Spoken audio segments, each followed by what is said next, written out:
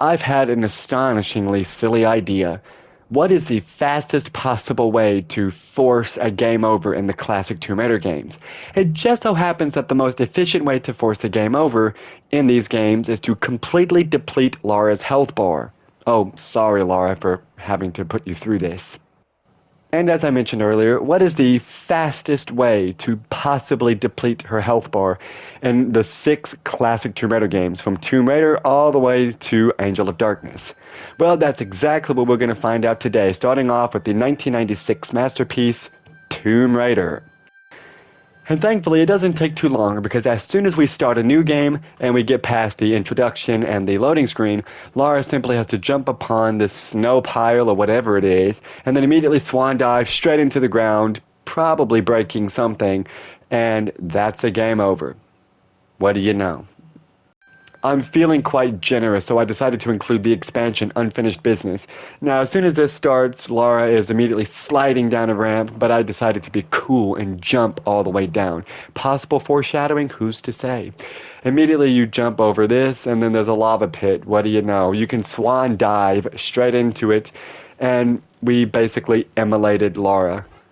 But fret not, because coming up next you have the 1997 sequel, Tomb Raider 2, starring Lara Croft. Or if you're cool, you can call it Two Tomb, Two Raider. So as soon as this game starts, we have the opening cutscenes, and then we are dropped straight into the Wall of China, or onto. Either way, you can drop Lara straight on her head as the level starts, immediately forcing a game over. Sorry about that. But don't worry, because for continuity's sake, we will be looking at the expansion, The Golden Mask, and also because I was feeling generous enough to include this. This one's pretty interesting because you immediately drop into a body of very frigid water as soon as it starts, but the developers were generous enough to include a giant shark as soon as the level starts. I'm not sure if this is the most efficient way to get this shark to gnaw at you, because the shark seemingly lost interest and then swam away. I'm sure there's a bit of RNG involved, but either way, the shark does come back for seconds, and he carries Lara away, or I guess she's floating. Either way, you accomplish the goal. Next up, we have the 1998 third game, Tomb Raider 3, Adventures of Lara Croft. Now, Tomb Raider 3 is pretty interesting because, just like the second game, you can immediately drop yourself on your head, forcing a game over. But hey, that level does look quite pretty. And once again, because I'm feeling generous and also for continuity's sake, I will include the expansion, The Lost Artifact.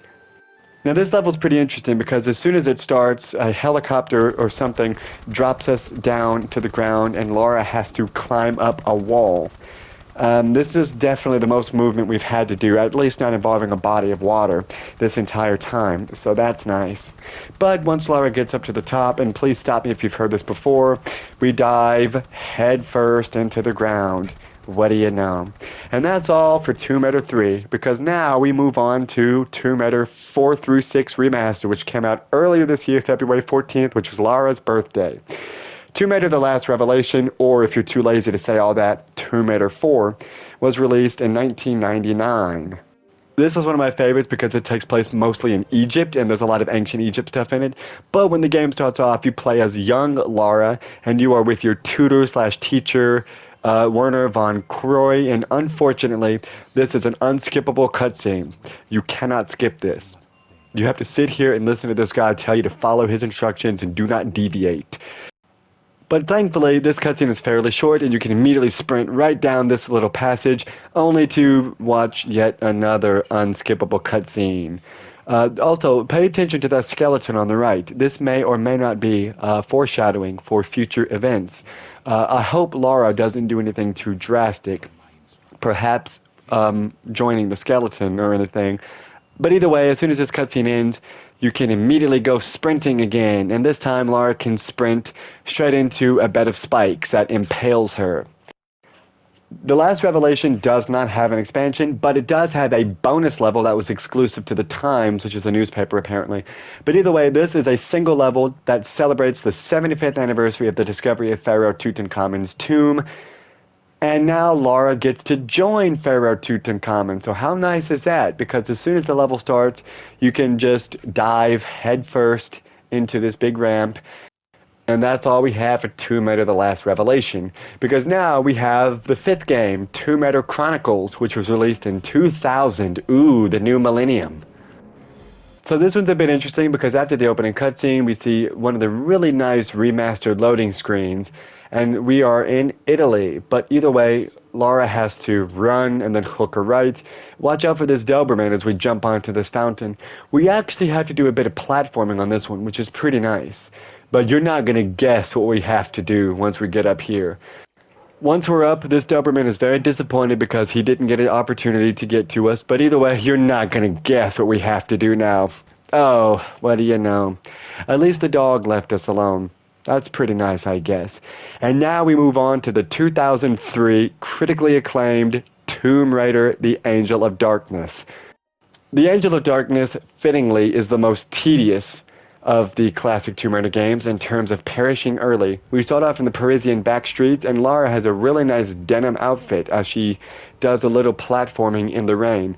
We climb onto this bin, and then we have to jump onto this balcony, and we have to jump across. It's interesting because this was the tutorial level, so we're interrupted once every 2 seconds, so the game can tell us what we can do. So we climb up this ladder. This might not be the most efficient or fastest way, but this is the only way that I know of to force a game over early in the game. So as soon as we climb on top of this ladder, we jump onto this balcony and we jump off. But Lara clanks into the wall and manages to survive, so we have to do it again. So we jump onto this balcony, dealing with the kind of finicky controls, and then we jump across, and you're not going to guess what we have to do next. If you guessed climb up the ladder, wow, you're correct. What do you know? And now your prize for guessing successfully is having to watch you jump off again. So we climb the ladder, get back onto the balcony with the Europe sticker right there, or decal, a poster, and then we jump off, and we get a nice ragdoll effect. And that's it for the Angel of Darkness and the classic Tomb Raider games. So that's how quickly you can perish. But as a bonus, I decided to include the exploding cheat in Tomb Raider 2 and other games as well. This is just a fun bonus.